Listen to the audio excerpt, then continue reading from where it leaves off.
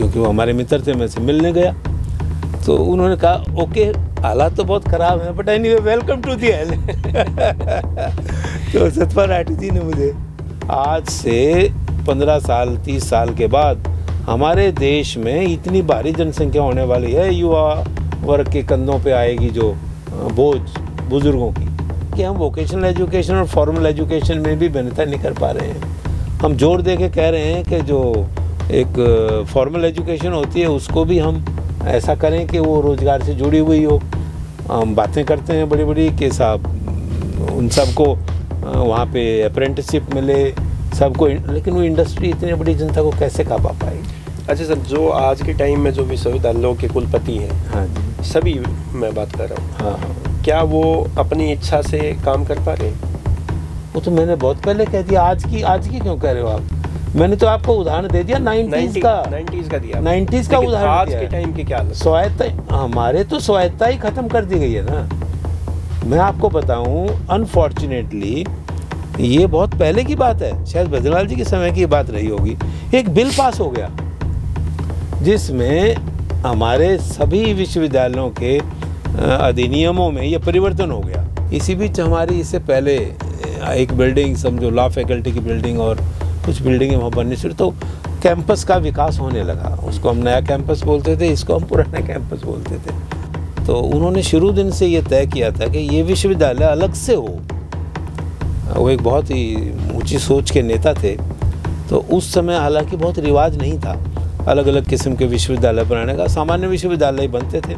इसी बीच हमारी इससे पहले एक बिल्डिंग समझो लॉ फैकल्टी की बिल्डिंग और कुछ बिल्डिंगें वहाँ बननी शुरू, तो कैंपस का विकास होने लगा। उसको हम नया कैंपस बोलते थे, इसको हम पुराना कैंपस बोलते थे। लेकिन ये तय है कि फिर वो लिटिगेशन चला और लिटिगेशन में किसी तरीके से हाई कोर्ट ने उनके फेवर में फैसला दिया और पत्राचार कार्यक्रम से भी हमको जो है 75 करोड़ रुपए प्रति वर्ष की आय हुई। तो we were in a very good position. और एक और ख़ास बात है यहाँ के अधिकारियों की। यहाँ के हमारे जो अधिकारी थे, प्रशासनिक अधिकारी थे, रजिस्ट्रार थे, हमारे डिप्टी रजिस्ट्रार, अकाउंट्स थे, फाइनेंस ऑफिसर जो भी रहे, उन्होंने फाइनेंशियल मैनेजमेंट बहुत अच्छा किया। हमारे कॉलेज में आए हटर साहब, उस समय नहीं हटर साहब नहीं, कत्याल साहब, आरपी कत्याल जी उस समय प्रिंसिपल थे और उन्होंने वो हमारी मीटिंग अरेंज की।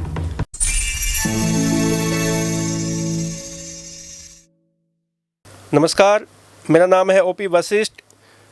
दी हरियाणा टॉक्स में आज हमारे खास मेहमान हैं डॉक्टर राजवीर सिंह हुड्डा।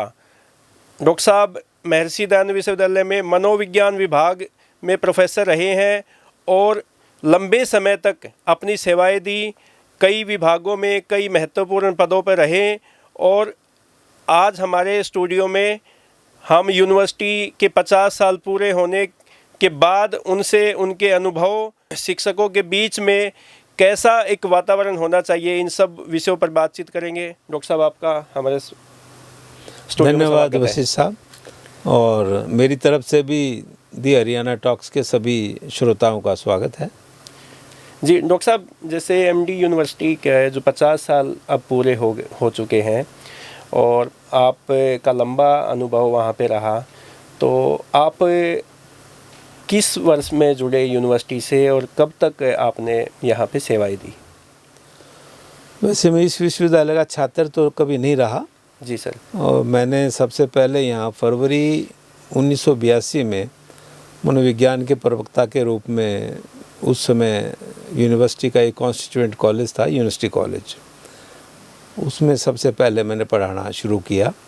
ये संयोग ही था कि उसी कॉलेज से मैंने बीए भी किया था। जी सर। तब वो नेकीराम शर्मा गवर्नमेंट कॉलेज था और फिर बाद में पीएचडी वगैरह करने के बाद मुझे वहाँ पढ़ाने का अवसर मिला तो बड़ा अच्छा लगा।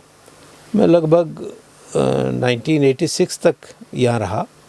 उसके बाद में फिर कुरुक्षेत्र विश्वविद्यालय चला गया और कुरुक्षेत्र विश्वविद्यालय में भी मैं वहाँ मनोविज्ञान विभाग में रीडर और हेड था।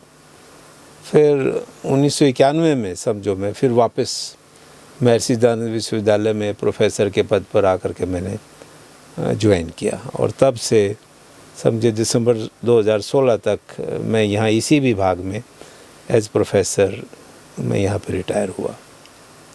उसके बाद भी हालांकि मैं इस यूनिवर्सिटी को छोड़ करके फिर एक प्राइवेट यूनिवर्सिटी में भी SGT यूनिवर्सिटी गुरुग्राम करके एक विश्वविद्यालय है, वहाँ भी मैंने 6.5 साल बिहेवियरल साइंस डिपार्टमेंट में इस प्रोफेसर एंड डीन के रूप में काम किया।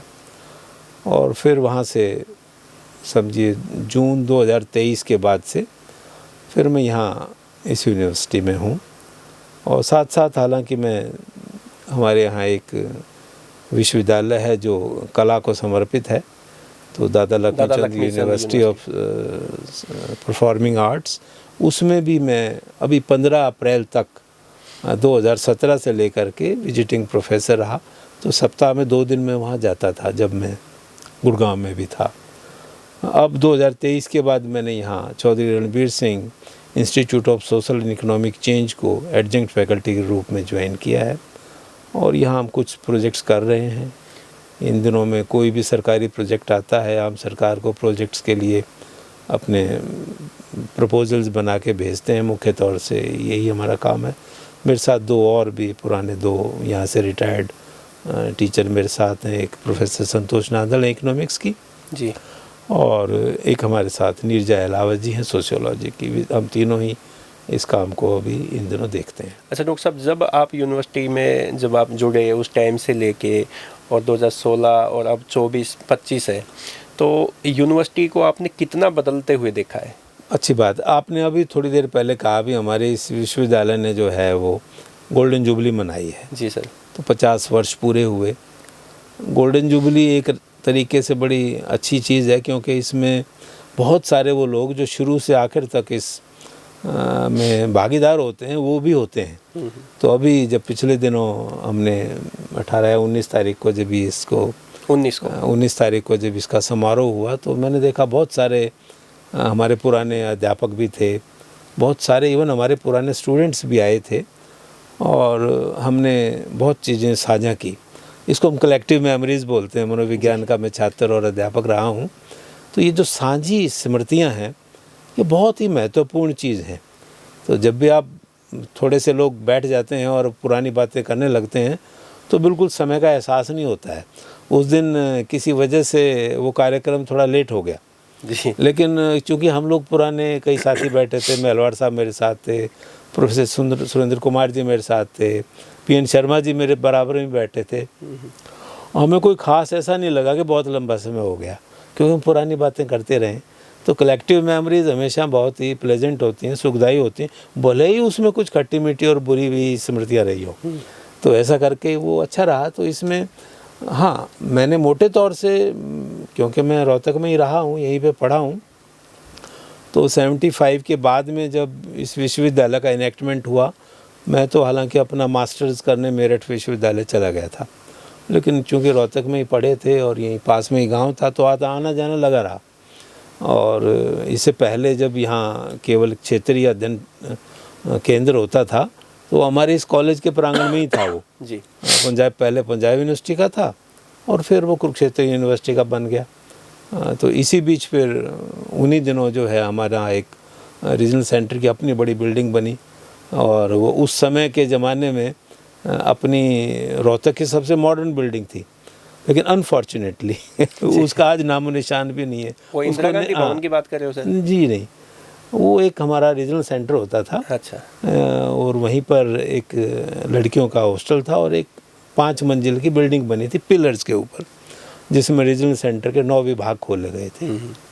कुरुक्षेत्र विश्वविद्यालय का वो रीजनल सेंटर था, लेकिन उसके बनाने में कुछ कमियां रही और किसी वजह से वो बहुत जल्दी वो बिल्डिंग हटा दी गई। शायद आपको ध्यान नहीं होगा, वहाँ पर हमारे कुछ क्वार्टर्स बने हुए हैं, जो ये हमारे रजिस्ट्रार वगैरह के घर हैं। हाँ जी। यहाँ पर वो बिल्डिंग होती थी, जो गेट नंबर उधर PGI की तरफ से आते हैं। हाँ, तो वहाँ पे ये बिल्डिंग थी। खैर वो मैंने देखा कि भाई किस तरीके से फिर इसी बीच यूनिवर्सिटी का इनेक्टमेंट हो गया और अगले साल से यहाँ फिर क्लासेस वगैरह हो गई। तो हमारे पास ले दे करके एक भवन था, तो यूनिवर्सिटी को चलाने के लिए जो है, हालांकि इस यूनिवर्सिटी को जब बनाया गया शुरू में तो PN चुटानी साहब एक होते थे, आपको ध्यान होगा, PGI के एक बहुत ही फेमस कार्डियोलॉजिस्ट डॉक्टर जी, नाम सुना है सर। हाँ, चौधरी बंसीलाल जी ने जब उनसे बातचीत की थी, बल्कि उनको ऑफ़र भी दिया था कि वो इस विश्वविद्यालय के कुलपति बने पहले। तो खैर चूंकि वो मेडिकल लाइन से थे और उनको लगा कि भाई मेरी ज़रूरत शायद वहाँ ज़्यादा है, तो उन्होंने शुरू दिन से ये तय किया था कि ये विश्वविद्यालय अलग से हो। वो एक बहुत ही ऊंची सोच के नेता थे। तो उस समय हालांकि बहुत रिवाज नहीं था अलग अलग किस्म के विश्वविद्यालय बनाने का, सामान्य विश्वविद्यालय बनते थे। लेकिन उन्होंने सोचा कि ये विश्वविद्यालय ऐसा हो, इसमें हम पर्यावरण और जैविक रिसर्च के ऊपर काम ज़्यादा करें, और इसीलिए शायद उन्होंने PN चुटानी साहब को चुना था। खैर वो संभव नहीं हो पाया। फिर बत्रा जी हमारे पहले वाइस चांसलर बने, उसके बाद जल्दी ही चौधरी हरजवालाल जी वाइस चांसलर आ गए। उन्होंने जो उस समय गवर्नमेंट मेडिकल कॉलेज था उसको भी विश्वविद्यालय का एक हिस्सा बना लिया, कॉन्स्टिट्यूएंट कॉलेज बन गया वो।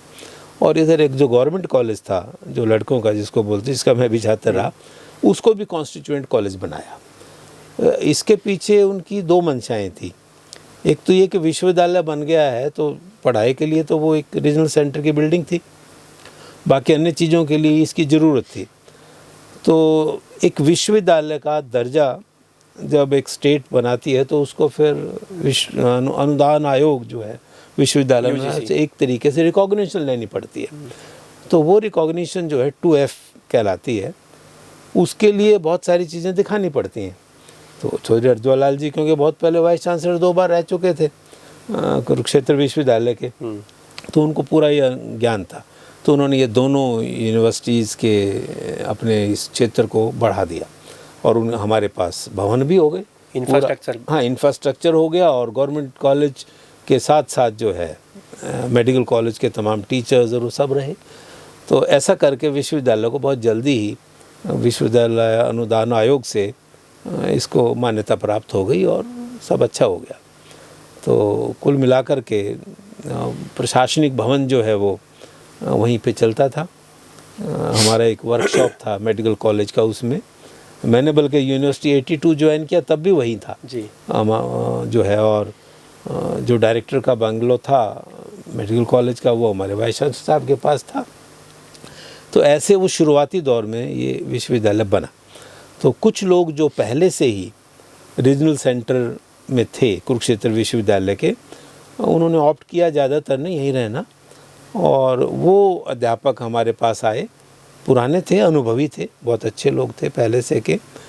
तो उनके साथ फिर विश्वविद्यालय की शुरुआत हुई। और शुरू में जैसे कि संसाधन सीमित होते हैं, लेकिन बहुत जल्दी से विश्वविद्यालय का विकास हुआ। ग्रांट्स भी हरियाणा सरकार ने इसको बड़े अच्छे से दी शुरू में, और ऐसे ज़मीनें भी इनको। तो वाइस चांसलर साहब जो हरजवालाल जी थे, उनके अनुभव का बहुत फ़ायदा रहा, उनका प्रभाव भी था। वो हालांकि वो राजनीतिक भी थे और एक वो विश्वविद्यालय के वाइस चांसलर भी रहे थे। तो दोनों बातों का फ़ायदा मिटा करके उन्होंने विश्वविद्यालय में बहुत तेज़ी से प्रगति की और बहुत जल्दी यहाँ इंदिरा गांधी विद्या भवन बना जी। That was the first building जो उन्होंने बनवाई। और साथ में ही दूसरी साइड में विश्वविद्यालय का प्रशासनिक भवन भी बन गया। तो ये दो नई बिल्डिंगें उन्होंने बनी। और ऐसा सुनते हैं सर, जो इंदिरा गांधी भवन बना, हाँ जी, हाँ जी, ये 84 में बना था। हाँ जी, हाँ जी। और इंदिरा गांधी को ही इसके, हाँ बिल्कुल ठीक, मैं यही था बिल्कुल। वो हमारा पूरा प्रोग्राम बन गया था जी। और बाई दी हुई चूँकि मैं कॉलेज में पानी का इंतजाम देखता था, सो ड्रिंकिंग वाटर अरेंजमेंट वो आपके जिम्मे वो था। मेरे जिम्मे आ गया था। वो हटर साहब हमारे प्रिंसिपल थे। तो जब सब इंतजाम होते आए तो फिर ड्रिंकिंग वाटर फैसिलिटी का इंतजाम तो डॉक्टर राजवीर सिंह देखेंगे। खैर वो SYL का पानी तो आया ना, लेकिन कॉलेज की जिम्मेदारी तो किसी वजह से वो फिर प्रशासनिक भवन बना। तो लेकिन अनफॉर्चुनेटली बिफोर इट हैपेंड तो हमारे श्रीमती इंदिरा गांधी जी की हत्या हो गई जी। और वो सारा काम फिर ऐसे ही रह गया। 84 की बात है, बिल्कुल आप सही कह रहे हैं, मैं यहीं था उस समय।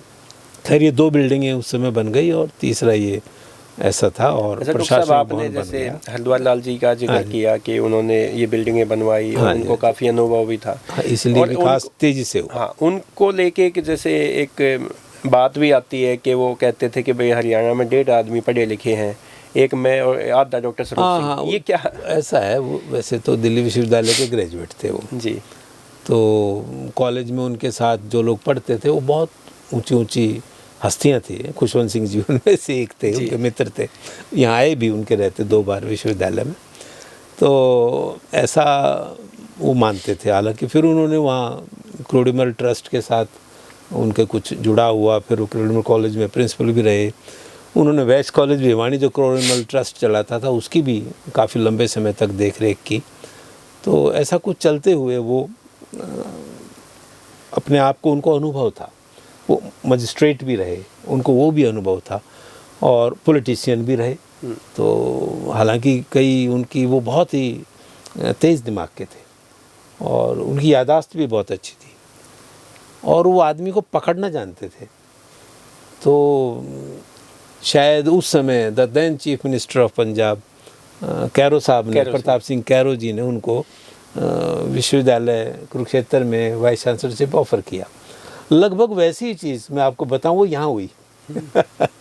जब यहाँ मेरे ख्याल से चौधरी देवीलाल जी मुख्यमंत्री थे और उस समय उनको यहाँ का वाइस चांसलर बनाया गया कि उनको लगा भाई विधानसभा में इनकी तीखी बातों को हम कैसे झेलेंगे तो इनको हम यहाँ बना देते हैं। खैर वो आ भी गए जी। और ये भी जब उनको ये अपॉइंटमेंट दी गई तो उसमें एक लाइन ये भी लिख दी गई थी चांसलर साहब ने कि he may be given another term.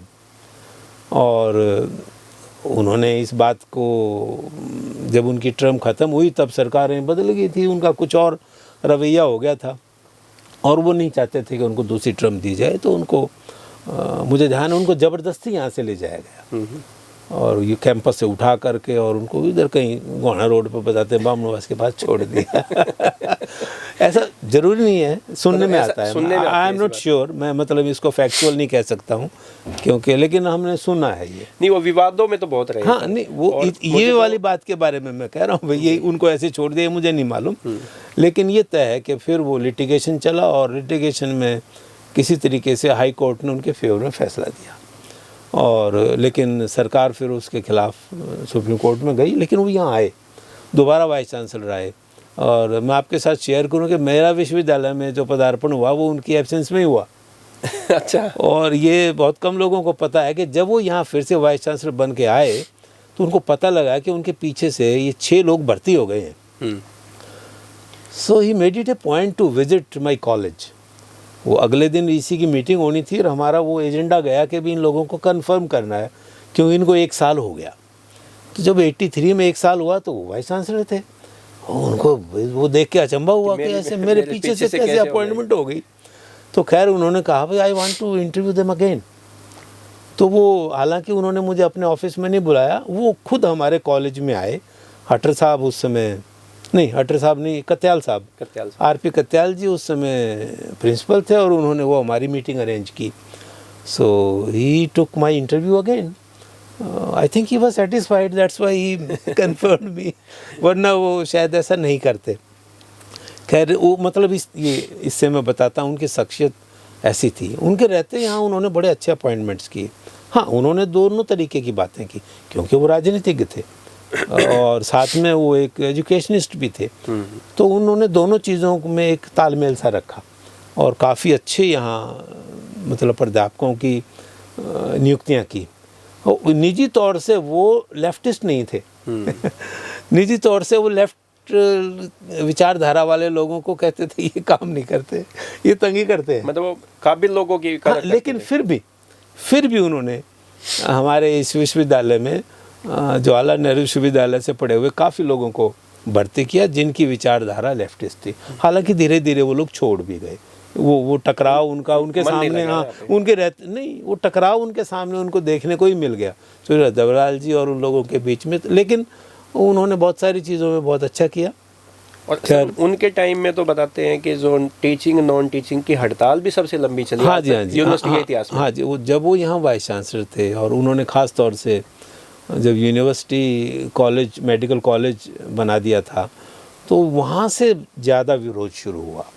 और जब वो विरोध शुरू हुआ तो कुछ जो है डॉक्टर्स ने लामबंद कर लिया और उनके अगेंस्ट हो गए। फिर हमारे यहाँ भी जो नॉन टीचिंग एम्प्लॉइज़ थे उनको भी शुरुआती दौर में बहुत सुविधाएं की ज़रूरत होती है, लोग इच्छाएं लेके आते हैं। बहुत सारे लोग कुरुक्षेत्र से आए थे यहाँ पर, और वो वहाँ पर पहले से एक हमारे यहाँ गुप्ता जी होते थे, एक वहाँ प्रधान, उन्होंने वहाँ हमारी पूरी नॉन टीचिंग को काफ़ी पैट्रनाइज कर रखा था कुरुक्षेत्र में। तो यहाँ शुरू में मेरे मित्र थे वो सतपाल राठी जी, जो वो SPS राठी उनके बेटे अब भी, हाँ वो अभी भी। तो सतपाल राठी जी मेरे मित्र थे किसी वजह से, वो हमारे एक बहुत जानने वाले लोग कुरुक्षेत्र में पढ़ते थे। और ये पहले राठी जी वहाँ इंजीनियरिंग कॉलेज में फौज से रिटायर होने के बाद में, हाँ ना, engineering college, regional engineering college में रहते थे। और जब भी, क्योंकि मैं वहाँ फाइनल ईयर हमारा वहीं से था, कई बार जाना पड़ा तो राठी साहब के पास आना जाना पड़ा। तो जब वो यहाँ आए तो हड़ताल चल रही थी गंभीर किस्म की, क्योंकि वो हमारे मित्र थे, मैं से मिलने गया तो उन्होंने कहा ओके हालात तो बहुत ख़राब है but anyway welcome to the hell. तो सतपाल राठी जी ने मुझे, बड़े दबंग हाँ रहे हैं वो, बहुत अच्छे बड़े बढ़िया आदमी थे जी, हल्के से थे बिल्कुल। ये तो SPS तो लंबे हैं, वो बहुत हल्के थे लेकिन दबंग थे वो। हाँ, पहले महासचिव रहे वो, सेक्रेटरी जो है बहुत ही, मतलब वो बहुत अच्छे थे, कहने का मतलब ये है। तो मेरे तो मित्र थे, उन्होंने कहा, खैर अनफॉर्चुनेटली वो फिर हड़ताल वगैरह तो हो गई। बीच में ग्रेवाल साहब भी वहाँ से आए थे और दहिया साहब भी वहाँ से आए थे, कुरुक्षेत्र से भीम सिंह दहिया जी, उन लोगों को भी वापस जाना पड़ा। और ये हड़ताल भी फिर समझो ठप सी हो गई है, जो भी है, कुछ होना था जो हो गया लंबे समय से चलने के बाद में। और सतपाल राठी जी बीमार हो गए, he died of cancer, I was here. तो ये मुझे उस समय की चीज़ें कुछ कुछ याद हैं, शुरुआती दौर की। खैर मैं रहा लगभग 4.5 साल उस यूनिवर्सिटी कॉलेज में रहा। इस बीच हालांकि यहाँ मनोविज्ञान विभाग की स्थापना हो गई, लेकिन हरद्वारी लाल जी ने किसी वजह से मुझे 83 में और यूनिवर्सिटी कॉलेज की बिल्डिंग में ही वो डिपार्टमेंट ऑफ साइकोलॉजी शुरू हुआ था। मुहार साहब पहले प्रोफेसर थे जो वहाँ से आए थे चल के, कुरुक्षेत्र से ही। लेकिन मेरा चूँकि यहाँ सिलेक्शन नहीं हुआ किसी वजह से, हरद्वार लाल जी के और हमारे कुछ टर्म्स, पारिवारिक टर्म ठीक नहीं थे। हाँ, तो हमारे अंकल चौधरी अवास सिंह हुड्डा जी जो एडवोकेट जनरल रहे, हाँ पॉलिटिकली वो 12-15 साल, हाँ, तो वो हुड्डा साहब के टाइम में रहे। हाँ, तो वो उनके खिलाफ, बंसीलाल जी के टाइम भी रहे वो, तो उनके खिलाफ वो केस लड़ते थे। ये जितने केस थे यूनिवर्सिटी के रोहतक के, वो हमारे अंकल ने लड़े थे। जी जी। तो इसीलिए मेरा इंटरव्यू दोबारा लिया था उसने। लेकिन एनीवे मतलब रखते थे वो। हाँ, तो फिर वो मुझे नहीं लिया, कोई नहीं। फिर then I went to Kurukshetra.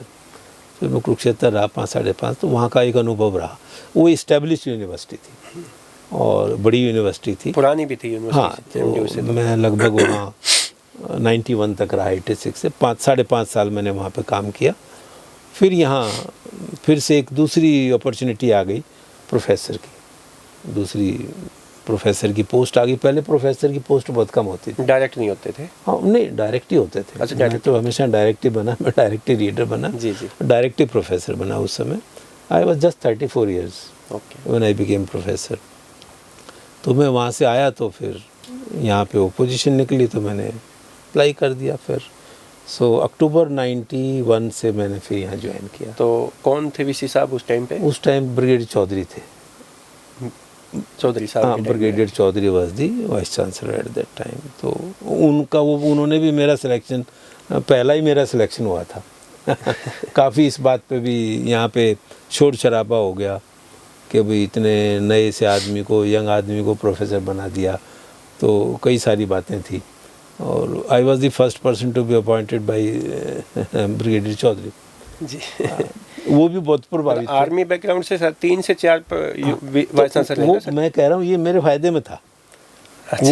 वो भी जो है समझो, क्योंकि आर्मी बैकग्राउंड से थे, तो आर्मी बैकग्राउंड से सैनिक स्कूल में वो डायरेक्टर रहे थे कई जगह, तो वो psychology has lot of place in army, तो वो ठीक ठाक उनको नॉलेज भी होती है और वो जानते हैं। खैर, तो फिर वो 91 से मैं यहाँ विभाग में मैंने ज्वाइन किया, जल्दी में फिर हेड बन गया था यहाँ पर, और हमने इस विभाग को भी आगे बढ़ाया। और यूनिवर्सिटी की दूसरी चीज़ों में तो मेरी ज़्यादा शिरकत नहीं रही। खैर, शुरू में तो हमने केवल उसी पे कंसोलिडेट किया, लेकिन उस समय आसपास इंदिरा गांधी भवन में हमारा विभाग था, साथ ही संस्कृत था, ज्योग्राफी था उसी फ्लोर में, हिंदी हिस्ट्री भी वहीं थे। हाँ, हिंदी हिस्ट्री भी वो दूसरी साइड में थे। तो दीक्षित साहब जो है प्रोफेसर थे ज्योग्राफी के हमारे साथ ही। खैर वो अच्छा समय था, विकास यूनिवर्सिटी का विकास निरंतर चल रहा था। ब्रिगेडियर चौधरी तक समझिए विश्वविद्यालयों को काफ़ी स्वायत्तता थी। ब्रिगेडियर ओपी चौधरी, हाँ, ओपी चौधरी तक काफ़ी स्वायत्तता थी। सरकार की तरफ से हमारी यूनिवर्सिटियों को, पूरी स्टेट की सारी यूनिवर्सिटीज़ की बात कर रहा हूँ, अनुदान भी अच्छे से मिलता अनुदान था। भी था और ऑटोनॉमी भी हाँ, वाइस चांसलर साहब को कोई ज़्यादा लोग छेड़ते नहीं थे, कोई राजनीतिक दखलंदाजी भी कोई खास नहीं थी। हाँ, हमारे जो कैंपस थे उनमें छात्र राजनीति जरूर थी, छात्र राजनीति थी, वो कोई ख़राब चीज़ नहीं है। पूरे देश में, पूरी दुनिया में छात्र राजनीति होती है और वो एक समय होता है जब उनमें नेतृत्व का विकास होता है, तो अच्छी थी, हमारे यहाँ भी थी। अच्छे नेता निकले हैं यहाँ से, स्टूडेंट लीडर। हाँ, ठीक थे वो। यूनिवर्सिटी बहुत लंबे समय तक नहीं रही, लेकिन कुछ समय तक यहाँ अच्छा रहा, तो विकास अच्छा होता रहा। लेकिन अनफॉर्चुनेटली उसके बाद में कुछ चीज़ें ऐसी हुई, ब्रिगेडियर चौधरी के जाने के बाद में हमारे विश्वविद्यालय का कुछ सामाजिक माहौल भी ख़राब हुआ और यहाँ पे कुछ ऐसे डेवलपमेंट्स हुए कि कैंपस भी में बहुत ज़्यादा विकास नहीं हो पाया और यही वो ज़्यादा रह गया। समझिए इंफ्रास्ट्रक्चर विकास भी नहीं हो पाया और बहुत ज़्यादा अध्यापक भी एकेडमिक का जो एक एनवायरनमेंट होता है वो भी नहीं लग पाए। हाँ, और समझो वीसी शर्मा जी थे, उनके दौरान कुछ लोगों की भर्ती हुई, फिर कुछ कंट्रोवर्सी हो गई। विवेक चंद्र शर्मा, हाँ, विवेक शर्मा जी हमारे यहीं पुराने टीचर रहे थे, उनके टाइम में भी काफ़ी हंगामे हो गए। लेकिन वो इसका नतीजा क्या हुआ ना, विकास नहीं हुआ, विश्वविद्यालय का विकास नहीं हो पाया। हालांकि सर भजनलाल जी के साथ उनके बड़े अच्छे संबंध थे, शिवरमन गौड़ जी उनके खास आदमी थे और उनके वो भांजे थे विवेक शर्मा जी के। लेकिन बावजूद इसके फिर क्योंकि माहौल ख़राब हो गया तो वो आगे नहीं चीज़ें बढ़ पाई और फिर विकास पे प्रभाव पड़ा। उसके बाद में फिर हमारे पास फौज से एक और वाइस चांसलर आए, भीम सिंह ना इनके बाद आए जनरल कौशिक, जनरल कौशिक आए जी। तो वो बहुत ही पुराने आदमी थे, बड़ा लंबा था, वाइस चीफ की पदवी से आए थे और सब लोग ये उम्मीद कर रहे थे बहुत अच्छा होगा।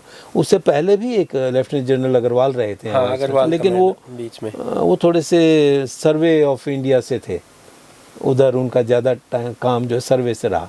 वो प्योरली एकेडमिक थे, बहुत अंदर ही रहते थे, सरकार की तरफ से उनका कोई ख़ास उनको सपोर्ट नहीं मिला, तो इस वजह से ले दे करके विकास कुछ ज़्यादा नहीं हुआ। और लेकिन जब कौशिक साहब आए तो उन्होंने काफ़ी बातें समझो शेयर की और वो बहुत कुछ आगे बढ़ाना चाहते थे यूनिवर्सिटी को इस बीच, और कुछ विकास भी होने लगा था। लेकिन फिर उनका भी राजनीतिक मनमुटाव हो गया। हस्तक्षेप नहीं, हस्तक्षेप कुछ नहीं हुआ, उनका मनमुटाव हो गया उन्हीं लोगों से जिन लोगों ने उनको यहाँ लगाया था।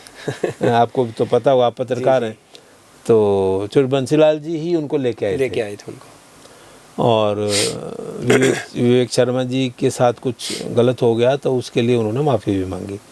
और यहाँ पंडित गंगा जी के यहाँ, आपको ध्यान होगा, सामने हम रहते थे, उनके यहाँ उन्होंने स्वयं आए थे चाय पे और उन्होंने कहा था कि आप पंडित जी ऐसा ना सोचें, मैं ठीक आदमी ले आऊँगा, आपके हिसाब से ठीक होगा। तो बेरी के ही थे वो भी। तो उन्होंने वो लेके आए। फिर हुआ क्या मैं बताऊँ, अंदरूनी बात भी नहीं है बहुत ज़्यादा, सब कैंपस पे क्लियर थी। उनको लगा यहाँ कोई ज़्यादा हिसाब किताब नहीं है, बंसीलाल जी के साथ उन्होंने इतना अपना रुख झुकाव नहीं रखा, बल्कि देन होम मिनिस्टर थे उस समय अडवाणी जी, उनकी तरफ उनका झुकाव हुआ, सेंटर में पहुँच गए। हाँ, नहीं, वो उनका झुकाव इसलिए हुआ, वो शायद he was eyeing on another post of lieutenant governor in some north east state. तो चीज़ें ऑलमोस्ट आगे बढ़ गई थी, उन्होंने कहा भी था, तो ऐसा बताते हैं, ये भी मैं फैक्ट नहीं कह रहा कि इसमें कितना सच है, लेकिन चर्चा ये थी कि भी उन्होंने शायद चौधरी बंसीलाल जी से हामी भरे बिना ही अडवाणी जी को यहाँ हमारे विश्वविद्यालय में बुला लिया, इनवाइट कर लिया। और वो चौधरी बंसीलाल जी नाराज होने वाले व्यक्तित्व थे। कोई उनको बता के कोई करे तो नाराज हो गए वो। तो इससे वो फिर क्या हुआ, उन्होंने विश्वविद्यालय का अनुदान आयोग अनुदान भी रोक दिया, विकास भी रोक दिया और उनके ऊपर कुछ प्रशासनिक प्रतिबंध भी लगा दिए। वो समय था जब हमारे विश्वविद्यालयों की स्वायत्ता में गड़बड़ आई एट दैट टाइम। तो फिर काफ़ी विश्वविद्यालय गड़बड़ हो गया। खैर देन आफ्टर फिर सरकारें बदली। सरकारें बदलने के बाद में फिर मेरे ख्याल चौटाला साहब की सरकार आई जी, या देवीलाल जी की आई, मुझे इतना तो ध्यान नहीं है, बहुत ज़्यादा रुचि नहीं है। लेकिन ये है कि भी फिर हमारे पास यहाँ फिर एक फौज से लोग आए, मेजर जनरल सुहाग, BS सुहाग आए। वो जैसा मैंने आपको बताया वो खिलाड़ी भी थे और वो वहाँ से आए थे। तो ये वजह पोलो प्लेयर ऑल्सो, तो इलाके के आदमी थे। तो वो आए तो उन्होंने कुछ, उनको छूट मिली, सरकार से छूट मिली, उन्होंने कुछ नई चीज़ें बनाई। ये हमारा जो जिम्नेजियम बना हुआ है, जो हमारा जो खेल वाला पूरा, इस पर डेवलपमेंट उन्होंने किया, पूरा वहाँ का स्टेडियम बनाया, ये कुछ घर भी बने, शायद पूल भी उन्हीं के टाइम में। हाँ, वो मतलब खेल पे उनका काफ़ी ध्यान था। हाँ, इसी बीच हमारी इससे पहले एक बिल्डिंग समझो लॉ फैकल्टी की बिल्डिंग और कुछ बिल्डिंगें वहाँ बननी शुरू, तो कैंपस का विकास होने लगा। उसको हम नया कैंपस बोलते थे, इसको हम पुराना कैंपस बोलते थे। मैं तो समझो 95 में हम लोग वहाँ, जो ये इमसार है एट प्रेजेंट, हमारा विभाग यहाँ से वहाँ 95 में ट्रांसफ़र हो गया था इंदिरा गांधी भवन से। तो ऐसा करते करते फिर, लेकिन वो स्वायत्ता जब रुकी और फंडिंग की भी कमी आने लगी, तो विश्वविद्यालयों के विभागों में अध्यापकों की कमी होने लगी। और दूसरी तरफ से चूँकि यहाँ का विश्वविद्यालय था, इस पूरे इलाके का आधे हरियाणा को हम कैटर करते थे। 11 ज़िले हमारे साथ थे और एक समय था हमारे पास 600 एफिलेटेड कॉलेजेस थे, कई लाख विद्यार्थी यहाँ पर पढ़ते थे और कैंपस पे भी 8-9 हज़ार बच्चे उस समय थे। इनकम भी थी यूनिवर्सिटी की खुद की, तो हाँ खुद की थी। और हम लोगों ने समझो एक नया प्रोग्राम यहाँ शुरू किया जो बहुत ही सक्सेसफुल रहा, पत्राचार के माध्यम से कार्यक्रम। और उसमें एक पूरे देश में पहला ही हमारा विश्वविद्यालय था जिन्होंने B.Ed की डिग्री पत्राचार से करवाने के लिए एक विश्वविद्यालय अनुदान आयोग से हमने उसकी रिकॉग्निशन ली। और ये वैसे तो आमतौर से उन लोगों के लिए था जो टीचर लगे हुए हैं स्कूलों में, प्राइवेट स्कूलों में, जिन्होंने पहले B.Ed नहीं की या JBT की है, बीच में BA B.Ed की उनकी ज़रूरत थी। तो वो हमारा प्रोग्राम बहुत ही कामयाब हुआ। और उसमें उसके बाद जो ये पत्राचार जो हमारा डायरेक्टरेट था पूरे देश में पॉपुलर हो गया। फिर हमने we were the first almost जिसमें हमने इंफॉर्मेशन टेक्नोलॉजी के जो प्रोग्राम्स थे वो भी हमने पत्राचार माध्यम से शुरू किए। पूरे देश में महर्षि दयानंद विश्वविद्यालय का नाम हुआ। हमारे देश भर के दूर दराज तक के क्षेत्रों में हमारे केंद्र बने, डिस्टेंस स्टूडेंट्स हुए। हाँ, so we have earned a lot. और हालांकि हमारे को इतना ज़्यादा अनुयाग अलग से अनुदान नहीं मिला स्टेट से कभी भी, ये फैक्ट है। आप बजट देख सकते हैं का हम लोग कभी भी ऐसे सरकार के लिए स्पेशल ग्रांट्स हमें कोई बहुत ज़्यादा कभी भी नहीं मिली दूसरे विश्वविद्यालयों के कंपैरिजन में। लेकिन हम लोगों ने अपना खुद ये भी कह सकते हैं रोहतक की अनदेखी ही रही है। चलो वो मैं नहीं कहूँगा, CM नहीं होते लेकिन मतलब ये है कि हम लोग एक तरीके से सेल्फ सफिशिएंट बने जी। आप ये समझिए इस कैंपस का जो ज़्यादातर विकास है वो अभी जो आपने कहा कि इतने सारे लाखों विद्यार्थी थे, 600 एफिलेटेड कॉलेजेस थे, तो जो स्टूडेंट्स की जो फीस थी, फंड थी, वो हमारे पास बहुत इकट्ठा हुआ। और पत्राचार कार्यक्रम से भी हमको जो है 75 करोड़ रुपए प्रति वर्ष की आय हुई। तो we were in a very good position. और एक और ख़ास बात है यहाँ के अधिकारियों की। यहाँ के हमारे जो अधिकारी थे, प्रशासनिक अधिकारी थे, रजिस्ट्रार थे, हमारे डिप्टी रजिस्ट्रार, अकाउंट्स थे, फाइनेंस ऑफिसर जो भी रहे, उन्होंने फाइनेंशियल मैनेजमेंट बहुत अच्छा किया। और हमारे यहाँ एक पूरी इन्वेस्टमेंट कमेटी होती थी जिसमें विश्वविद्यालय के बहुत ही मतलब समझदार प्रोफेसर्स थे, इकोनॉमिक्स, मैनेजमेंट और कॉमर्स के। उन लोगों ने इस बात को बहुत ही दूरअंदेशी से देखा और कहा कि आज हमारे पास पैसे हैं तो इनको हम कहीं कॉर्पस में इन्वेस्ट करें। तो उन्होंने उस पैसे को कॉर्पस में इन्वेस्ट किया, उससे और पैसा आया। तो ये हमारी जब भी विश्वविद्यालय अनुदान आयोग की टीमें यहाँ पर आई हैं, financial management of the university has always been appreciated. और मतलब जो पूरे देश में जो स्टेट यूनिवर्सिटीज़ की जो बुरी हालत थी या आज भी है, उनसे अभी भी हम बेहतर हैं। हमारे पास काफ़ी साधन हैं और हम अपनी सारी चीज़ें ठीक मतलब कर पाए हैं। तो ये मतलब एक बहुत ही इम्पोर्टेंट चीज़ होती है जिसको आपके पास आमदनी है लेकिन आप उसका संचय नहीं कर पाते हैं तो आप बर्बाद कर देते हैं। ऐसा यहाँ कभी नहीं हुआ। और समझो जो प्रेजेंट विकास बहुत ज़्यादा हुआ, वो धनखड़ साहब हमारे पास आए, एक बहुत ही युवा वाइस चांसलर थे और राज सिंह धनखड़ जी भी मेरे ख्याल उस समय लोकदल की सरकार थी, उसी समय वो आए। हुमायूंपुर से थे।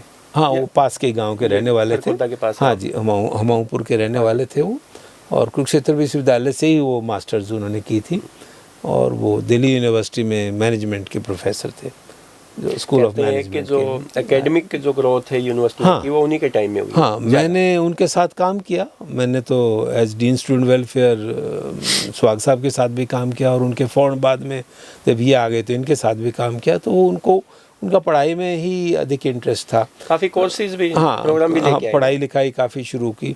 कोर्सेज तो कई सारे जनरल कौशिक के समय भी चल गए थे। हमारा जो UIT है, वो जनरल कौशिक के समय पे चला, और लेकिन उसका विकास फिर समझो धनखड़ साहब के समय में हुआ और उन्होंने कई सारी चीज़ें की, तो काफ़ी नए कोर्सेज आए। एकेडमिकली उन्होंने बहुत ध्यान दिया। और लेकिन फिर वही हुआ कि इस बीच जो है कांग्रेस की सरकार आ गई, और ये बहुत ही अनफॉर्चुनेट है कि विश्वविद्यालयों में जो राजनीतिक पार्टियों की सरकारें तो बदलनी है, ये तो एक सामान्य बात है, प्रजातंत्र में तो ये होगा, लेकिन विश्वविद्यालय तो विश्वविद्यालय है, वो तो ऐसे का ऐसा है ना, वो कोई राजनीतिक थोड़ा ही है। लेकिन मैंने तो देखा है, और समझो मैं 50 साल जब हमारे इस विश्वविद्यालय के हुए हैं तो मैं गवाह हूँ इस चीज़ का कि हमारे ऊपर सीधा प्रभाव पड़ा है।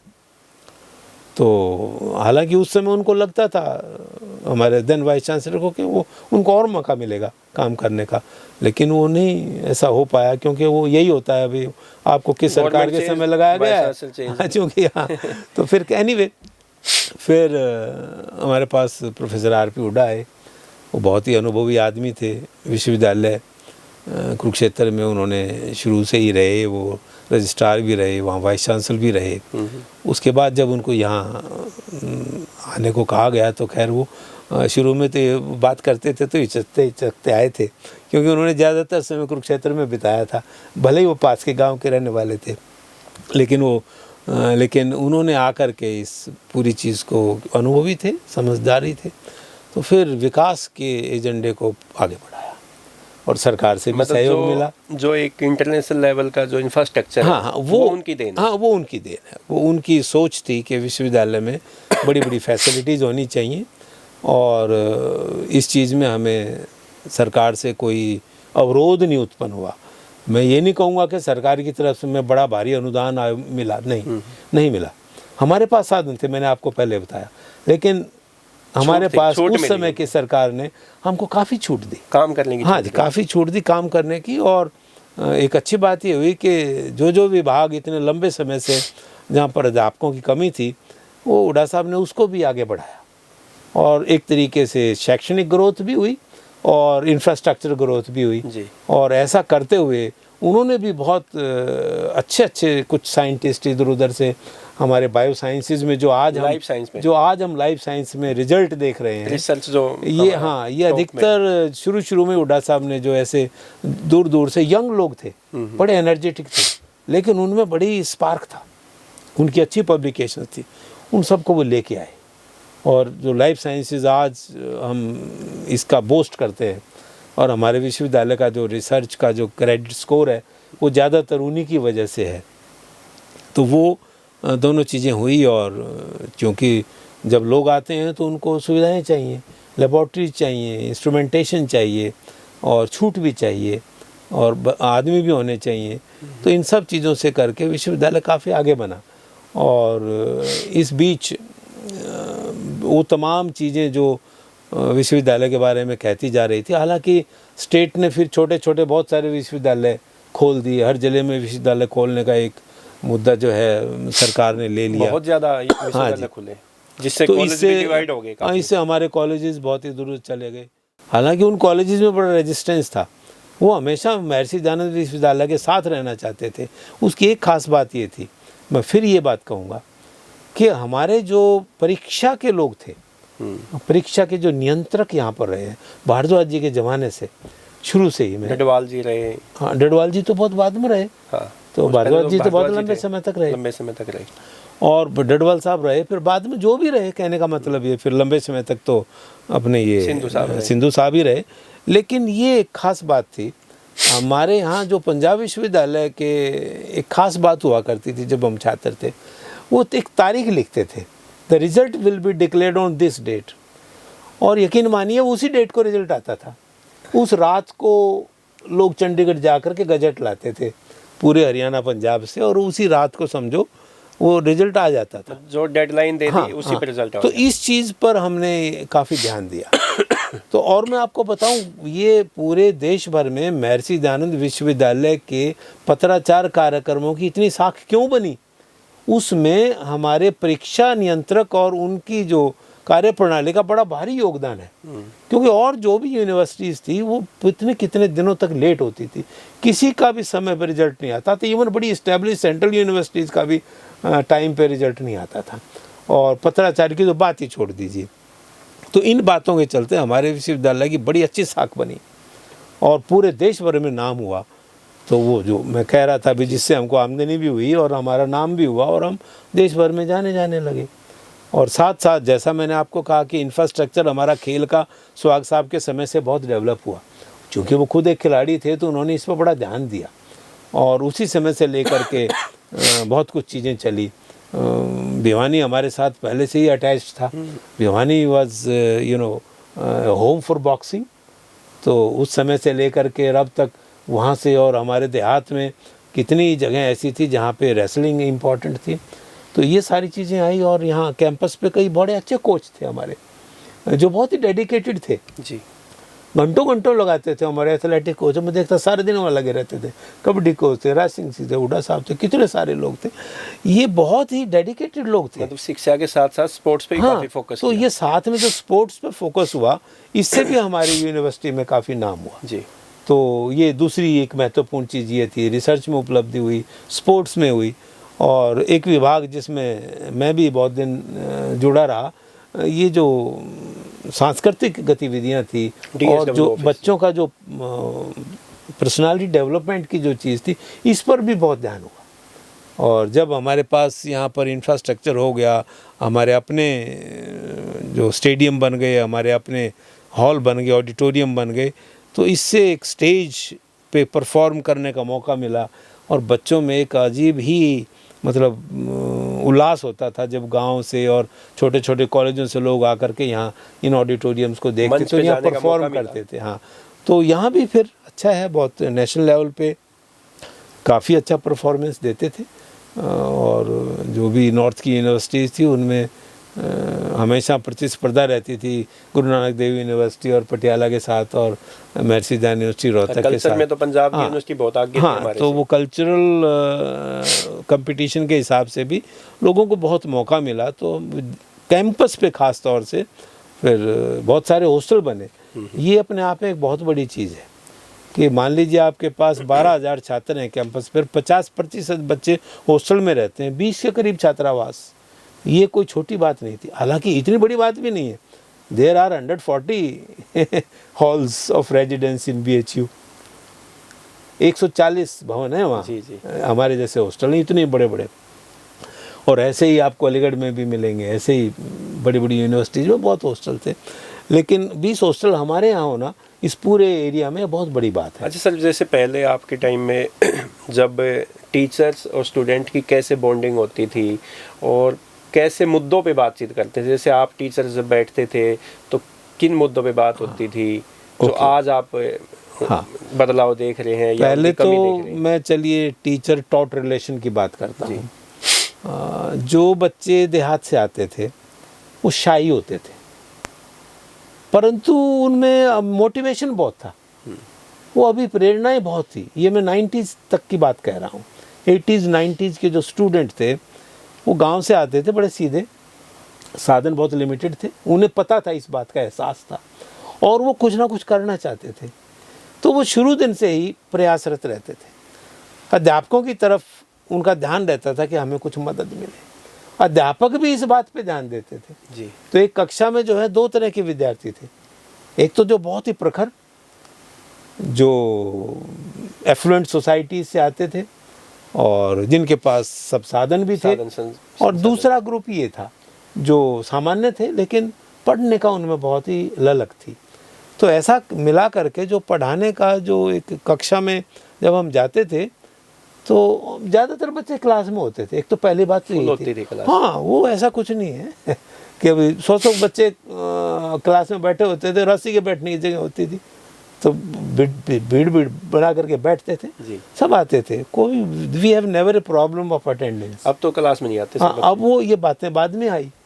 तो ये सारा चीज़ ये स्कूल शिक्षा ने सब खराब किया, ये पेरेंट्स ने खराब किया। तो टीचर टॉट रिलेशनशिप बहुत अच्छे थे, काफ़ी बात तक, क्या अभी भी अच्छे हैं। मैं इस बात को मानूंगा कि हमारे यहाँ शिक्षकों के प्रति एक आदर भाव रहा है, हमारी सोसाइटी का भाग है, वो अभी भी है। हाँ, अब इतना रह गया, जो नए शिक्षक हैं शायद वो थोड़ा हिचकते हैं, वो टोका-टाकी कम करते हैं, बात भी इतनी नहीं करते हैं, या तो ओवरलोडेड है। अब मैं कहूँ, अब एट प्रेजेंट मैं अगर कहूँ महर्षि दयानंद, या वो टीचिंग से अलग हट के सब चीज़ों पे बात करते हैं। नहीं, ऐसा नहीं है, वो ओवरलोडेड है, आधे से ज़्यादा तो ओवरलोडेड है। जी। कुछ लोग ऐसे हैं जो जिन्होंने हार मान ली है कि यार ये कुछ होता नहीं, ये नहीं, वो नहीं, वो हर समय ये बात करके और फिर अपने आप को भी थका हुआ और हारा हुआ मान लेते हैं। वो जूझते नहीं हैं, बच्चों से नहीं जूझते, अपने एडमिनिस्ट्रेशन से नहीं जूझते, समाज से भी नहीं जूझते। अगर हम कहें कि साहब विश्वविद्यालयों की हालत इतनी ख़राब है तो ये हमारा ही तो कर्तव्य है बताना समाज को कि विश्वविद्यालयों की इतनी हालत ख़राब क्यों है, कौन इस चीज़ के लिए जिम्मेदार है। लेकिन बोलते भी नहीं। बोलते नहीं क्या? कभी भी किसी भी देश में, किसी भी राज्य में कभी भी शिक्षा तो राजनीतिक मुद्दा रहता ही नहीं है। नहीं, कभी नहीं है, कभी भी नहीं रहता है। अब हम पिछले 6 साल से नई शिक्षा नीति के बारे में बात कर रहे हैं, पर ये कोई मुद्दा नहीं है, कोई भी मुद्दा नहीं है। हम रोजाना हमने अब एक नीति ले आए हैं, हम उसकी स्कीमें ला रहे हैं। गई ना, चलो थोप भी नहीं देगी तो एक तो सामान्य प्रक्रिया, परिवर्तन तो होता है। जब तक यूनिवर्सिटी और कॉलेज टीचर्स एजुकेट नहीं होंगे, ट्रेनिंग नहीं मिलेगी, तो वो थोप ही दी ना सर। हाँ, ट्रेनिंग की भी इतनी ज़रूरत नहीं है, संसाधनों की ज़रूरत है। वैसे सब संसाधनों की ज़रूरत है। एक तरीके से ये एक सोच जो है कि साहब हम नई नीति तो ले आए हैं और हम जो है भारत को इस ज्ञान के वर्ल्ड में ऊपर ले जाएंगे हम, क्योंकि हम पहले भी रहे हैं, हम अभी भी हैं मोटे तौर से, क्योंकि हमारे ही लोग तो बाहर काम कर रहे हैं। लेकिन अगर ऐसा हो सकता है, ऐसा संभव है, नीति में बहुत सोच विचार करके इतने लंबे समय तक समझदार लोगों ने मंथन करके उसको तैयार किया है और भी देश के लोगों ने उसमें कंट्रीब्यूट किया है जी। बहुत अच्छी है। परंतु ये जो सोच है कि साहब नीति की चीज़ों को हम लागू करेंगे, इम्प्लीमेंट करेंगे, उसके लिए संसाधनों की ज़रूरत नहीं होगी। उसमें ये कह दिया गया है कहीं कि हम जो है सेल्फ सफिशिएंट हो जाएं। तो सेल्फ सफिशिएंट कोई चुटके बजाते तो होता नहीं। हाँ, ये कोई ऊपर से कोई दैवी प्रकृति शक्ति भी नहीं हमें एकदम से ऐसा करेगी। तो ये जो चीज़ है ना, तो यहाँ शिक्षा जो है कहीं मुझे फेल होती नजर आती है। सरकारों की प्राथमिकता में नहीं रही। हाँ, तो ये नहीं रही तो फिर देखो, जो एजुकेशन, तो एजुकेशन नहीं रही तो समाज आगे कैसे बढ़ेगा भाई। हमारा तो इवन मैं कहूँगा मिडिल क्लास को भी मान लें और जो ठीक है साहब लोअर क्लास को भी मान लें, तो 70-80% आदमी हो गए ना। तो 70% आदमी, और एक तरफ हम कहते हैं हम एनरोलमेंट रेशो बढ़ाएंगे, तो रेशो बढ़ाने से हायर एजुकेशन में लोग तो आ जाएंगे, पर वो शिक्षा कैसे लेके जाएंगे। तो ये एक चीज़ में बड़ी भारी है और मुझे व्यथा भी है इस बात की, दुख भी है इस बात का कि यहाँ हमारे जो विश्वविद्यालय हैं वो अभी इतने परिपक्व नहीं है कि हम जो है सैकड़ों, जब यूरोप के विश्वविद्यालयों के कंपैरिजन में तो हम बच्चे भी नहीं हैं, अभी न्यूनेट ही हैं। तो अब वो अपने आप में सेल्फ सफिशिएंट हो गए हैं। मैंने आपको बताया मेरे इस विश्वविद्यालय में काफ़ी बेहतर हालत है, तभी हम यहाँ तक पहुँचे हैं। आप दूसरे स्टेट यूनिवर्सिटीज़ की हालत देखिए, वो तो बंद होने की स्थिति में। तो ये सेल्फ सफिशिएंसी आ सकती है लेकिन वो एकदम से नहीं आएगी। तो इसलिए हमें सभी सरकारों को इस बारे में सचेत रहना चाहिए कि आने वाली पीढ़ियों की शैक्षणिक विकास के लिए जिम्मेदारी है उनकी, वो इससे पीछे नहीं हट सकते हैं। तो उनको मदद करनी चाहिए सभी विश्वविद्यालयों को। और हम आगे बढ़ते हुए विश्वविद्यालय हैं, अगर इनको अब सहायता नहीं मिले तो ये भी बैठ जाएगा। तो कम से कम एक दो विश्वविद्यालय जो आगे लेके जा रहा है बच्चों को, सबको जो है सब चोटी के विश्वविद्यालयों में तो दाखला नहीं मिल सकता। हमारे बच्चे अभी भी जाते हैं, देश विदेश में पढ़ रहे हैं, जिनकी हालत है कि वो अफोर्ड कर सकें, वो सब अपने बच्चों को विदेश में पढ़ा रहे हैं स्कूल से निकलते ही, +2 के तुरंत बाद। हाँ हाँ, जो बहुत और भी ऊपर वाले हैं वो 10वीं के बाद ही भेज देते हैं। तो अब ये क्यों कर रहे हैं? एक तो वो हमारे यहाँ की शिक्षा पद्धति से शायद नाखुश हैं, दूसरा एक ये सोच लिया गया है कि भी शिक्षा और जो रोजगार है वो जुड़े हुए होने चाहिए, पक्के जुड़े हुए होने चाहिए। यानी कि हम वोकेशनल एजुकेशन और फॉर्मल एजुकेशन में भी भिन्नता नहीं कर पा रहे हैं। हम जोर दे के कह रहे हैं कि जो एक फॉर्मल एजुकेशन होती है उसको भी हम ऐसा करें कि वो रोज़गार से जुड़ी हुई हो।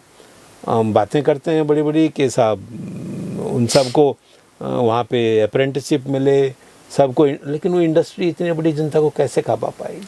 अच्छा सर, जो आज के टाइम में जो विश्वविद्यालयों के कुलपति हैं, हाँ जी, सभी मैं बात कर रहा हूँ, हाँ हाँ, क्या वो अपनी इच्छा से काम कर पा रहे हैं? वो तो मैंने बहुत पहले कह दिया। आज की क्यों कह रहे हो आप?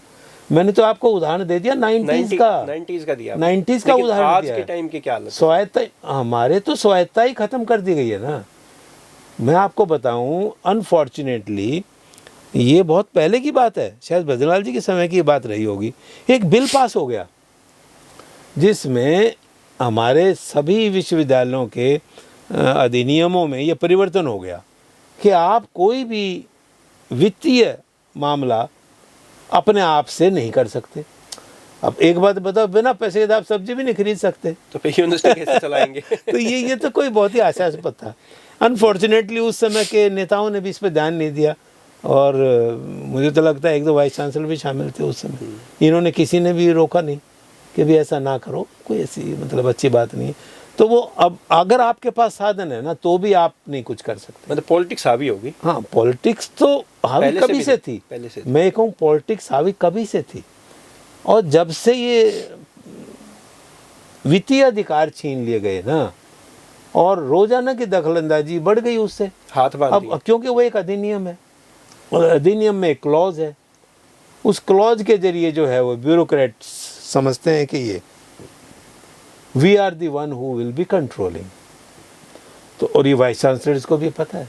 ब्यूरोक्रेट्स तो वैसे ही हाँ, प्रोफेसरों से हाँ, तो वो हाँ वैसे ही हैं। वैसे तो ब्यूरोक्रेट ही तो प्रोफेसर बनाते हैं या प्रोफेसर ही ब्यूरोक्रेट बनाते हैं, तो कहने की बातें हैं। इन्हीं विश्वविद्यालयों से स्कूलों से पढ़ के तो वहाँ गए हैं। लेकिन हाँ, एक कभी से ही ऐसा है, ऐसा माना जाता है। ये भी एक मिथ है कि भी वो चूँकि वो जब से ये पे कमीशन आए हैं तब से एक ऊपर जब भी ये पे कमीशन बैठता है तो बहुत ही शिक्षकों में और ब्यूरोक्रेट्स के अंदर एक रसाकसी चलती है, और वो खींचतान ज़्यादा हाँ खींचतान रहती है भी, हमारे नज़दीक से क्यों पहुंच जाते हैं। एक समय था जब तो हम उनके एट पार थे। हाँ, तो इससे ये राइवलरी इससे बढ़ गई। हालांकि उनके लिए तो कोई मायने नहीं रखती ये चीज़ें, लेकिन पर फिर भी ये जो मैं आपको बता रहा हूँ, जो आज के समय के कुलपति, और हमारी स्टेट में नहीं है, सभी स्टेट्स में ऐसा है, सभी जगह ऐसा है। जहाँ ऐसा नहीं है वो वहाँ अधिनियम बदल रहे हैं। तो सब चीज़ें इस तरीके से चली आ रही हैं। तो ऐसा नहीं है कुलपति करना नहीं चाहते हैं, वो तो जब आए हैं तो कुछ करने के लिए आए हैं। और ज़्यादातर लोग तो प्रोफेसर हैं, और सब लोग यहीं से पढ़ के आए हैं, इन विश्वविद्यालयों को अच्छे से जानते हैं। और विश्वविद्यालयों के कुलपति तो सरकार ने तो लगाए हैं। ये बड़ी ही आशास्पद है। आप जिसको लगाते हैं आप उसमें भरोसा नहीं करते। कितनी मजे की बात है, आपने लगाया उनको, अभी तो लगाया आपको, और आप 3 महीने बाद वो जब कुछ काम करने लगते हैं तो आप रोक देते हो या उनको हटा देते हैं। ऐसा हुआ पीछे तो हटा भी देते हैं। टाइम से पहले भी हटाए हैं कुछ तो। वो तो वही हटाए ना जो आपकी सरकार के नहीं लगाए थे। वो तो मैंने आपको बताया, वो तो एक जो है एक तरीके का रूल ही बन गया है, तो अनरिटन, ये तो एक अलिखित नियम सा बन गया है कि ऐसा ना हो। लेकिन वो कोई बात ही नहीं, हटा दो। अरे जिनको लगाया है उन पर तो भरोसा कर लो। 3 साल तो हाँ, उनको तो कुछ कर लेने दो। उनको ही नहीं कुछ करने देते हैं। अच्छा सर, अब आपके ना विषय पे आते हैं। जी जैसे मनोविज्ञान विषय है, हाँ जी, हाँ जी। इसका खासकर हरियाणा जैसे स्टेट में क्या प्रासंगिकता है? वैसे तो पूरे देश में ही, पूरे हाँ दुनिया देखो, में ही मनोविज्ञान का तो भी- एक यूनिवर्सल चीज़ है। जी जहाँ आदमी है, मनुष्य है, वहाँ मन है। जहाँ मन है तो मन के बारे में जानकारी होनी चाहिए। तो मनोविज्ञान तो एक ऐसा विषय है जो सामाजिक और व्यक्तिगत और इवन मैं तो कहता हूँ पर्यावरण को भी देख लीजिए, सब जगह जुड़ा रहता है। जी तो हरियाणा में जो साइकोलॉजी की बात है वो विकास उस हिसाब से नहीं हो पा रहा है। और चूँकि मनोविज्ञान एक ऐसा विषय होता है, इसमें अभी तक जो हमारे पास साधन है वो ऐसे साधन है कि हम और आप बातचीत कर रहे हैं, ऐसे बातचीत करके हम चीज़ों को जानते हैं और कुछ समस्याओं का निराकार करते हैं। तो अभी इतने साधन नहीं होने की वजह से और चारों तरफ से मानस के ऊपर बड़ा भारी दबाव है, क्योंकि चीज़ें बहुत तेज़ी से बदल रही हैं और समाज में काफ़ी बदलाव समाज में परिवर्तन आ रहा है और इकोनॉमिक चेंजेस भी हो रहे हैं और सोशल चेंजेस भी हो रहे हैं। तो पूरी दुनिया में ही हो रहा है वैसे तो। ऐसा माना जाता है कि 10% लोगों को ये समस्या है पूरी दुनिया में। और मैं मोटा मोटा मानूँ 150 करोड़ लोग अगर हमारे इंडिया में तो 15 करोड़ लोग बीमार हैं मानसिक रूप से। यस, दिस इज़ व्हाट ये WHO का सर्वे भी कहता है, हमारे देश में निमांस का सर्वे भी कहता है। किस तरीके के मानसिक ये खास तौर से एंजाइटी, दुश्चिंता बोलते हैं हम लोग इसको। जो हमारी सोच भविष्य के बारे में होती है ज़्यादा, और अब आगे के बारे में सोचते हैं तो हमें अनिश्चितता नज़र आती है, अनसर्टेनिटी। मतलब वैसे हाँ, सोच लेते हैं। हाँ कि जरूरी, हमारे साथ सच ऐसा नहीं होता है, होगा नहीं ऐसा। जरूरी नहीं ऐसा होगा। अभी मैं सोचूं भी आगे पता नहीं क्या हो जाएगा। अब मैं यहाँ से वापस आपके स्टूडियो से घर जाऊंगा तो कहीं राह मेरा एक्सीडेंट ना हो जाए, तो अब ये क्या है? ऐसे ही दुश्चिंता, एंजाइटी है। और मैं अब घबराने लगूं और उस दृश्य को मैं अपने दिमाग पर ले आऊं, तो जो माइंड वांडरिंग है ना, वो माइंड वांडर करता है। कुछ ऐसा, कुछ लोग फिर पास्ट में बहुत जीते हैं, तो जिनका पास्ट में कुछ निगेटिव्स होता है तो वो निगेटिव पास्ट की तरफ करते रहते हैं बातें। उधर दुश्चिंता घेर लेती है, अनसर्टेनिटी की वजह से उनको फीलिंग ऑफ ऐसा लगने लगता है अनकंट्रोलेबिलिटी कि भविष्य पर हमारा नियंत्रण नहीं रहेगा, हमारे अपने भविष्य पर, हमारे अपने आगे के कामों पर। तो ये ऐसी सोच हमें दुर्बल बनाती है मानसिक रूप से, और हम धीरे धीरे डिप्रेशन की तरफ चले जाते हैं और फिर वो हम काम करने लायक नहीं रहते हैं, दिक्कतें होने लग जाती हैं। जैसे हमारे जो ग्रामीण पृष्ठभूमि के जो छात्र हैं सर, हाँ जी, उनकी मानसिक सोच में क्या बदलाव आया है? उनकी मानसिक सोच में भी मैं सोचता हूँ कि उनको भी ये अनसर्टेनिटी लगती है, विशेषकर क्योंकि उनको सबके मन में एक ही बात है। अनफॉर्चुनेटली हमारे देश में कभी से ये रहा है कि जो तरक्की है ना, वो गांव से शहर की ओर है। मतलब अब आप गांव छोड़ के आप शहर में आ गए तो आपकी तरक्की है। हाँ, छोटे शहर से आप सांपला से रोहतक में आ गए, रोहतक से आप दिल्ली चले गए, दिल्ली से आप लंदन चले गए। This is the way that people growth बोलते हैं। हाँ, तो नहीं, इसको बोलते नहीं है, ये मान्यता हो गई है। It is a myth. You can be as much growing in a village. बड़े शहर में रहता है तो मानते हैं कि ये सफल ऐसा लगता है कि ये गांव छोड़ कर जाना, भाई गांव छोड़कर वहाँ सांपले में रहने लग गया। अब हालांकि उसका गांव 2 किलोमीटर परे है। सांपला से जब और थोड़ा सा आगे हुआ तब अब रोहतक चला गया। वो क्या करेगा? समाज उसको मानेगा कि ये इसमें असेंडेंस हो गई, ऊपर बढ़ गया, आगे बढ़ गया, तरक्की हो गई, हम पीछे रह गए। हाँ, और आगे। तो ये सब ऐसा करना चाहते हैं। अब ऐसा करने के लिए तो वित्तीय साधन चाहिए। वित्तीय साधनों की कमी हमारे ग्रामीण जो अंचल के जो युवा वर्ग है, कॉलेज में आता है, वो ऐसी तो अपने दिमाग में ऐसा ड्रीम लेके आता है, बट अनफॉर्चुनेटली उसने, हमारा जो स्कूली शिक्षा है बहुत बेकार है। अनफॉर्चुनेटली काफ़ी ख़राब है। चाहे वो ये प्राइवेट स्कूल और जिसको आप कह रहे हो, बड़ी बड़ी बसें, हरियाणा बोर्ड ना कुछ भी कह लीजिए आप, चाहे सरकारी विश्वविद्यालय हो, चाहे सरकारी विद्यालय हो, चाहे प्राइवेट हो, कुछ भी हो, वो लोग उस पर ध्यान ही नहीं देते। तो वो शैक्षणिक योग्यता ही नहीं है उनमें, वो सिर्फ साक्षर हैं, वो शिक्षित नहीं है, साक्षर है। सिर्फ साक्षर है। वो नाम नूम लिख लें अपना, वो भी एक एप्लीकेशन लिखवा लो, नहीं लिख पाते। ये स्कूल की कमी है। अब आप देखिए कॉलेज में एक बच्चा आ गया है बीए में, अब यहाँ तो उसको कोई छोटी चीज़ें नहीं सिखाएगा। या तो यूनिवर्सिटी या कॉलेज। हाँ, तो स्कूली शिक्षा बहुत कमज़ोर है। इसलिए हमारे वो बच्चे जब वो इस वातावरण में आते हैं तो अपने आप को नीचा पाते हैं। So they have a very poor feeling of esteem. उनको सेल्फ कंसेप्ट बहुत खराब लगता है, अपना मानसिक दबाव ही उनको ऊपर नहीं बढ़ता। अब ये दो चीज़ें देखिए वशीर साहब, एक तरफ तो उनके आगे बढ़ने की बहुत ही तेज ज्वलंत इच्छा है, दूसरा अब उन्होंने जब अपने आप को यहाँ देखा, उन्होंने पाया कि हम तो वाकई में कहीं भी नहीं, क्योंकि पहले उसका जो कंपेरेबल था, रिलेटिविटी, तो अपने गांव में अड़ोस पड़ोस से थी। अब वो यहाँ आता है तो यहाँ तो सब तरह के बच्चे हैं, वो पाता है मैं तो इनसे बहुत ढीला हूँ, अब मैं प्रयास करूँगा तो इनका नज़दीक भी नहीं लगूँ मैं। अब ये दो चीज़ें उसको घेर लेती हैं, तो वो विड्रॉ कर लेता है, दोनों चीज़ों से विड्रॉ करता है, अपने उस ऊंचे आदर्श से भी, उस कि मुझे वहाँ जाना है, और अब वो कहता है मैं यहाँ इन लोगों में तो मैं फिट ही नहीं बैठ पा रहा, तो वो कक्षा में नहीं आता, गांव से आ जाता है, यहीं रहता है, पीजी वीजी में रहता है, इधर उधर घूमता है। हाँ, फिर लोग उसको ट्रैप करने वाले एक बन गए हैं हमारी सोसाइटी में। ट्रैपर्स हैं यहाँ, गलत तरीके से एग्ज़ाम करवा देंगे, गलत तरीके से तुम्हारा फार्म भरवा देंगे, ये मैं नौकरी करवा दूंगा, मैं तेरा ये कर दूंगा, ये कोचिंग इंस्टीट्यूट ज्वाइन कर लो, वो कर लो। तो ये जितने बच्चे कॉलेज के क्लासरूम में होने चाहिए थे, ये सारे उन कोचिंग इंस्टीट्यूट्स में ट्रैप्ड हो गए। कुछ लोग जो वहाँ पे भी नहीं जा पाते, वो ड्रग्स लेने लग गए, वो तो फिर उससे आगे, वो तो डिप्रेशन फिर आगे यहीं लेके जाएगा, क्योंकि ये ड्रग्स आपको रियलिटी से दूर ले जाती हैं।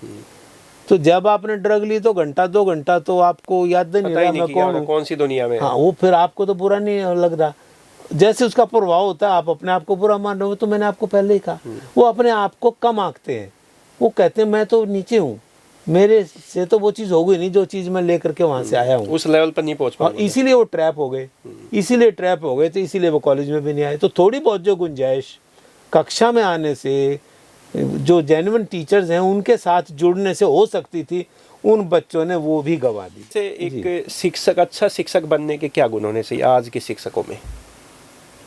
एक तो उसके अंदर ज्ञान के प्रति ललक, दूसरा अभी जो मैंने कहा विद्यार्थियों से सीखने की चाह जी, तीसरा विद्यार्थियों को जो वो चाह रहे हैं उससे कहीं अधिक देने की इच्छा। ये 3 चीज़ें करें, बाकी सारी चीज़ें तो ये समाज और हमारे जो स्टूडेंट हैं, छात्र हैं, वो स्वयं ही दे देते हैं। समाज में उनको इज्जत मिलती है, अभी तक भी इज्जत मिलती है, ऐसी कोई बात नहीं है। शिक्षक का एक ऐसा प्रोफेशन है कि जो सब इज्जत करते हैं, पेरेंट भी करेगा, स्टूडेंट भी करेगा। आदर, जब आपको रोजगार मिल गया, अच्छी तनख्वाह मिल रही है, उसके बाद तो आदर ही चाहिए जी। हमारे यहाँ बहुत बड़े वैज्ञानिक हुए हैं, मनोवैज्ञानिक, अब्राहम मास्लो, जिन्होंने कहा कि अभी प्रेरणा की एक सीढ़ी है, हाँ, पहले आप फिजिकल नीड्स पूरी करते हैं, उसके बाद आप सिक्योरिटी नीड्स पूरी करते हैं, उसके बाद आप जो है सोशल नीड्स पूरी करते हैं, उसके बाद तो फिर आप आदर, आपको रिगार्ड ही चाहिए, वो भी मिल जाता है। तो जब आपको रिगार्ड मिलने लगता है तो फिर हमें देना पड़ता है, यानी कि फिर हम अपनी सोसाइटी के साथ एक्सचेंज में आ जाते हैं, क्योंकि समाज हमको रिगार्ड दे रहा है, I have to give something to this society. तो ये ज़्यादातर लोग ऐसे ही गवर्न होते हैं, ऐसा नहीं है। और मुझे तो अपनी मतलब इस पूरे सिस्टम पे काफ़ी भरोसा है, और ये ग्रो कर रहा है। ठीक है, छोटी मोटी समस्याएं रहती हैं, लेकिन भारत में शिक्षा बहुत अच्छे से चल रही है, और मतलब दूसरे देशों को देखें तो कुछ चीज़ें ठीक हैं, स्वायत्ता की कमी है, कोई बात नहीं, और फाइनेंशियल क्रंच है, कोई बात नहीं। जब तक अध्यापक हैं, जैसा आप कह रहे हैं, ऐसे अध्यापक हैं और सीखने वाले छात्र हैं, कोई तो दिक्कत फिर संसाधनों की कमी, दिक्कत नहीं आती है। और एक आप बात देखें, 100 में से 15-20 लोग ही आगे निकलते हैं, और उनमें से 2-1 लोग ही ऐसे होते हैं जिसको सब लोग जानते हैं। तो यानी कि वो ये एक तरीका है। कोई ऐसे, तो आपने तो ऐसे स्टूडेंटों को पढ़ाया होगा जो आपने आपके आंखों के सामने ही सफल हुए हैं। सारे ही सारे ही जो है ज़्यादातर विद्यार्थी 30 बच्चों ने तो मेरे साथ पीएचडी की है और यही इसी अंचल से आए हैं जी। बड़ा उनमें जील था, इतनी मेहनत से उन्होंने काम किया, अच्छी अच्छी जगह पर काम कर रहे हैं, कोई प्रोफेसर है, कोई साइंटिस्ट है, सब they are doing so well. तो और ये बहुत अच्छा लगता है अभी भी मिलते हैं जी। ऑलमोस्ट पूरा एक ग्रुप बना हुआ है, doctor Rajbir Singh fellows, everyday हम लोग बात करते हैं, मौका होता है, अभी भी पढ़ाई चालू है तो ये तो बच्चे हैं, बहुत बहुत बच्चे हमारे सामने गए और मुझे बहुत अच्छा लगता है कि जिन जिन विद्यार्थियों को पढ़ाया वो जब भी वो मिलते हैं तो बहुत ही अच्छा लगता है। तो हमारे युवाओं का मानसिक स्वास्थ्य जो है उसको कैसे ठीक किया जा सकता है? खराब तो है ही, ये तो सबको पता है। उनको इस दुश्चिंता से थोड़ा सा दूर करना होगा और मैंने आपको कहा मुख्य कारण यही है कि जो स्कूली शिक्षा को सुदृढ़ करेंगे तो फिर वो ये, क्योंकि स्कूली शिक्षा ही हमको और कॉन्फिडेंस बिल्ड होगा। हाँ, और पेरेंट्स भी मिलजुल करके कोशिश करें क्योंकि उन दोनों की मदद से ही ये बच्चे आगे बढ़ेंगे। हमें सपोर्ट करना चाहिए, सोसाइटी को सपोर्ट करना चाहिए, जो है माता पिता को सपोर्ट करना चाहिए, फैमिली को सपोर्ट करना चाहिए। किस दिन तक? जिस दिन तक वो अपने पैर पर खड़ा ना हो जाए, छोड़े ना, उनको छोड़े नहीं, तो जोड़ के रखें, नज़दीक रखें, निगाह रखें, बच्चे ठीक रहेंगे अधिकतर। तो यही एक चीज़ है। और लॉ एंड ऑर्डर तो हर चीज़ को प्रभावित करता है, क्राइम, ड्रग, ये सारी चीज़ें तो जुड़ी हुई हैं। तो हमारी लॉ एंड ऑर्डर जो मशीनरी है वो भी हमारी चीज़ों को प्रभावित करती है, वो भी और अच्छे से काम करें तो हम अपने बच्चों को, युवा बच्चों को बचा सकते हैं।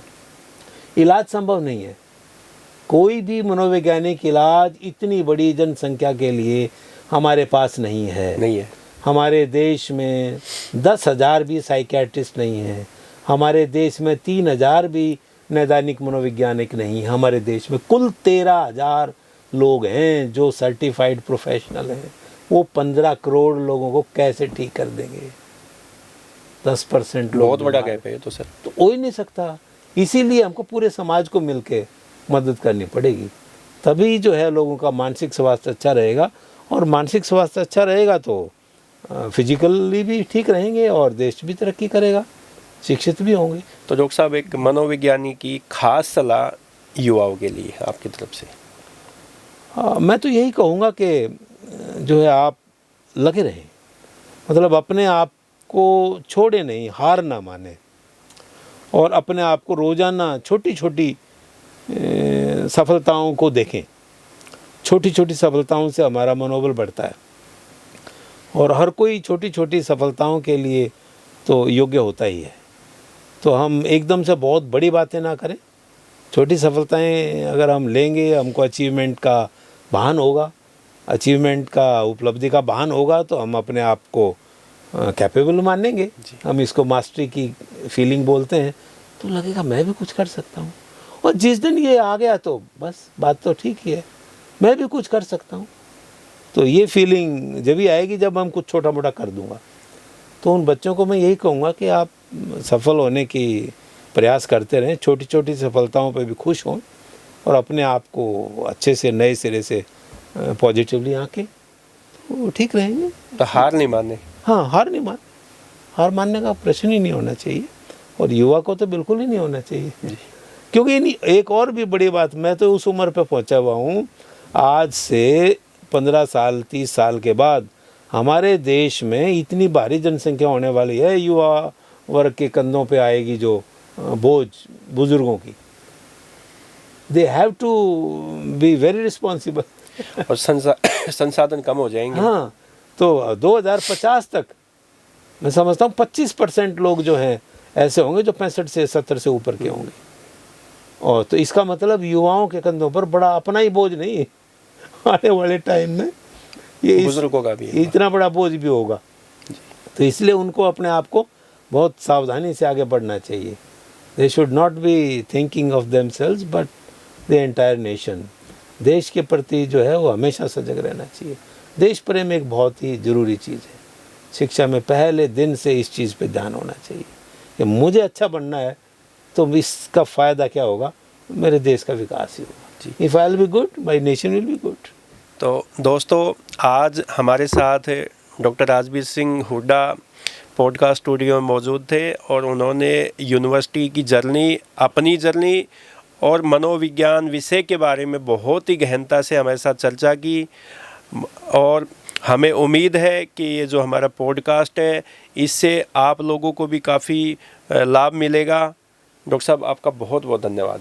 धन्यवाद जी, आपका भी बहुत बहुत धन्यवाद। आज मौका मिला मुझे कुछ बातें साझी करने का, और जो आपके श्रोता होंगे उनको भी जी मौका रहेगा, काफ़ी कुछ जो विचार हैं कोई ना कोई उनके काम आएंगे। तो इन सब के साथ बहुत बहुत धन्यवाद और Thank आपको you, sir. शुभकामनाएं।